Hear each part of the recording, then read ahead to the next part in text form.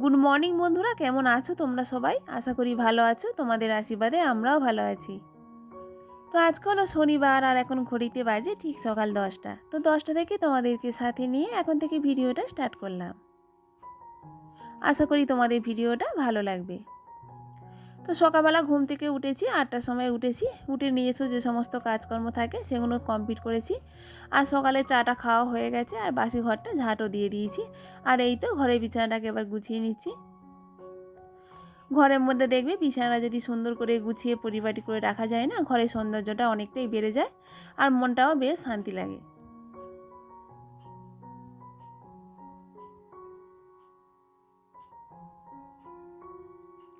আর এদিকে মেয়ে স্কুলে যাওয়ার জন্য রেডিও হয়ে গেছে। তো এখন 10টার মতো বেজে গেছে। তো মেয়ে রেডিও হয়ে গেছে আর তোমার দাদাভাইও রেডি হয়ে গেছে। তোমার দাদাভাই একটা অন্য কাজে যাবে, তো মেয়ে আজকে সাইকেল নিয়ে স্কুলে যাবে না, তো তোমার দাদাভাইয়ের সঙ্গেই যাবে। আর এদিকে দেখতে পাচ্ছ তোমার দাদাভাই মোজা পরছে আর ছেলে ওদিকে না ঠিক বুঝতে পেরেছে যে ওর বাবা মানে মোজার সঙ্গে জুতো পরবে, তো জুতোটাকে না হাগিয়ে নিয়ে এসে দিচ্ছে বাবাকে। তো বাইরের বিছানাটাকে একটু ঝাড়ু দিয়ে দিলাম। তোমার দাদাভাই তো লেপ কম্বলগুলো ভালো করে গুছিয়ে নেয়, বিছানাটা ঝাড় দিয়ে দেয় না, তো ওটাকে একটু ভালো করে ঝেড়ে পরিষ্কার করে নিলাম। আর এই তো এদিকে মেয়ের জন্য দেখো টিফিনের জন্য খাবার রেডি করে দিচ্ছি। আর কি হয়েছে জানো, একটা রুটি কিনেছি, তো মেয়ে বললো মা একটু ডিম টোস্ট করে দেবে। তাই আমি বললাম ঠিক আছে। তো মেয়েকে একটু কাটতে বলেছি ছুরি দিয়ে, আর মেয়ে কেমন করে কেটেছে জানো, গোল গোল করে কেটেছে।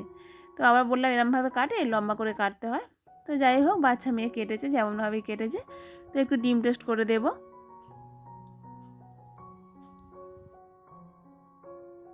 তো এদিকে মেয়ে তো টিফিনটা রেডি করে দিচ্ছি আর মা না ওদিক থেকে অনেকক্ষণ ধরে ডাকাডাকি করছে। আমি তো কিছুতেই বুঝতে পারছি না মা কেন ডাকছে। তো তোমার দাদাভাইকে বললাম একটু দেখো তো মা কেন ডাকছে। তো দেওয়ার গিয়ে দেখি মা পিঠে থাসা করেছে। তো দেখো পিঠে করতে বসে পড়েছি। আর মা একা একাই করছিল, অনেকক্ষণই করছিল, তো অনেকটা প্রায় হয়েও গেছে, তো একটু বাকি ছিল। তো মার সঙ্গে আমি একটু হাত লাগিয়ে করেও নিলাম। আর এদিকে মেয়ে রেডিও হয়ে গেছে, মেয়ের টিফিনটা গুছিয়েও দিলাম। তো মেয়ে বেরিয়ে যাচ্ছে আর মেয়ে তোমাদেরকে টাটা করে দিচ্ছে। আর দেখে দেখো ছেলেও তোমাদেরকে টাটা করে দিচ্ছে। আর এই তো স্নান টান করে চলে এসেছি। এরই মধ্যে এখনও পর্যন্ত ঘরটাই মোছা হয়নি, কেন বলো তো, ছেলে না চারিদিকে হাঁটাহাঁটি করছে। আর মা তো পিঠেটা করে না, মা শরীরটা খুবই খারাপ লাগছিল। আর মা বিছানার মধ্যে শুয়ে পড়েছে, আর তো নেওয়ার মতো কেউ নেই। আর ওদিকে দিদি তো কাজকর্ম করছে। আর সেই কারণে না ছেলেকে দিতেও পারছি না আর ঘরটাকে মুছতেও পারছি না। তো ভাবলাম পরে ঘরটাকে মুছে নেব। তো ওদিকে ভাতটা বসিয়ে দিয়েছি, অনেকটাই তো বেলা হয়ে গেছে, তো ভাবলাম ঠাকুরের জলটা দিয়েও দিই। তো মেয়েকে দিয়ে দিতে বলেছিলাম যে তুমি দিয়ে স্কুলে যাও। মেয়ে বললো মা আমার দেরি হয়ে গেছে, আমি আর দিতে পারবো না। তো সেই কারণে আমাকেই দিতে হচ্ছে। আর ওই যে ঘন্টাটা দেখতে পাচ্ছ, ওটাকেই বাজালে না ছেলে ওখানে গিয়ে বাজাবে। আমি যদি শাঁখ বাজাই বা ঠাকুরের জল দিই, ও ওই ঘন্টাটা গিয়ে নাড়া দেবে আর নাচবে, নাচানাচি করবে।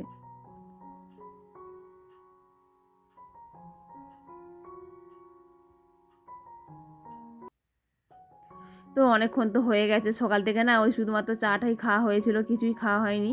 তো এই লুচিটার কথা না মনেই ছিল না। আগের দিন তো ওই বাড়িতে লুচি হয়েছিল, তো মেয়েকে দিয়ে গেছিলো, তো মেয়ে তো খায়নি আগের দিন। তো বললো মা পরের দিন সকালে খাবো। তো আর মেয়ে তো ভাতকে স্কুলে চলে গেছে, তো সেই কারণে লুচিটা পড়েই ছিল।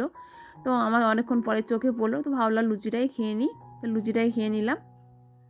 আর এই তো রান্নাবান্না শুরুও করে দিয়েছি। তো একটু বিট ভাজা করব আর সমস্ত সবজি কাটা হয়ে গেছে। আর ফুলকপি দিয়ে ডিম দিয়ে একটা তরকারি করব।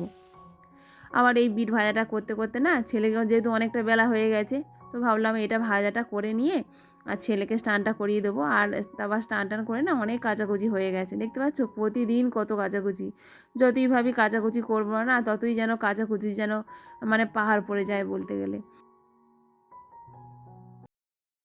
তো জামাকাপড়গুলো না ছাদের মধ্যে মেলে দিয়ে ভাবলাম একটু দাঁড়িয়ে ছাদের মধ্যে একটু রোদ পোয়াবো। তো সে আর হলো না। তো আবার এসে দোকানে ডাকাডাকি করছে।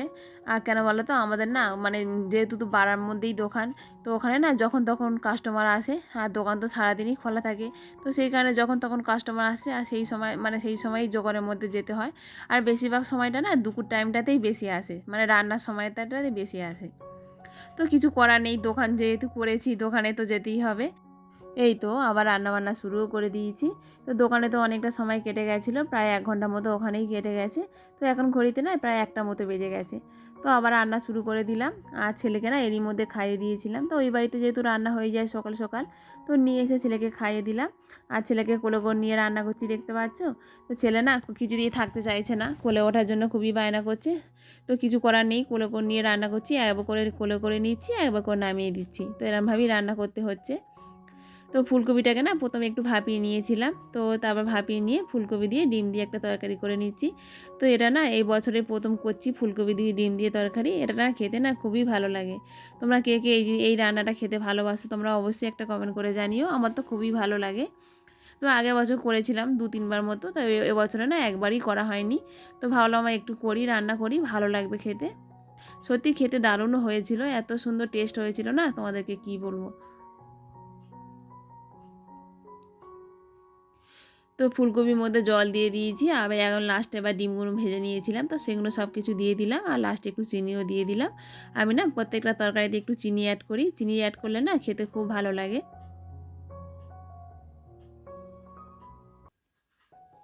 তো এরই মধ্যে আবার ছেলেকে মার কাছে দিয়ে এলাম। তো মাকে বললাম, মা তুমি একটু ঘুম পাড়িয়ে দাও। আর মার কাছে না ছেলে ঘুমাতে খুবই পছন্দ করে। আর তোমার দাদাভাই না এখনও পর্যন্ত বাড়িতে আসেনি, তো সেই কারণে একটু ওয়েট করছি।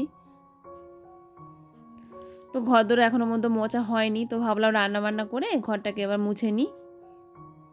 আর ছেলেকে যেহেতু খাইয়েছিলাম না, চারিদিকে ভাত টাত ফেলে ভর্তি করেছে, তো ভাবলাম একেবারেই মোছা হয়ে যাবে, তো ভালোই হয়েছে।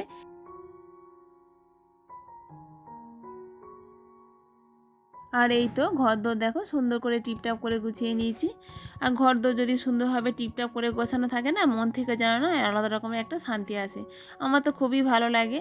আর আমার মেয়ে না ঠিক আমার মতোই হয়েছে, কোনো কিছু না অগাছালো করে রাখে না, সব কিছুই গুছিয়ে রেখে দেয়। আর এরই মধ্যে তোমার দাদাভাই দোকান থেকে চলেও এসেছে, আর এই দেখো খেতেও বসে পড়েছি। আর খেতে খেতে ভিডিওটি এখানেই শেষ করলাম।